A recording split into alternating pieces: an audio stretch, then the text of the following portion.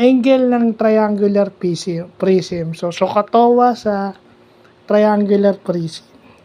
So, makikita natin dito, hindi pa to tapos dito pala makikita natin yung makikita natin yung, anong tawag dito?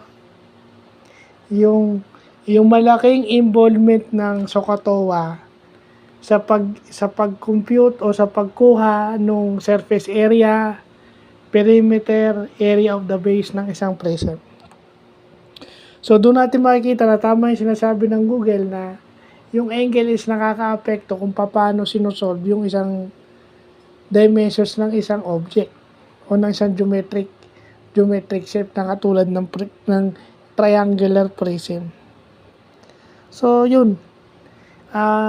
Siguro bukas, no? Bukas tayo magdedetalye, hindi muna ngayon. Kasi susunod natin ngayon yung rectangular prism naman. Pero, siguro in the coming days, magdi-detail tayo rito sa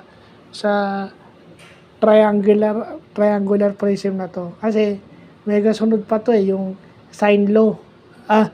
Sine law and cosine law sa triangular prism kapag hindi na right triangle yung triangle na nabubuo. So, yun lang po.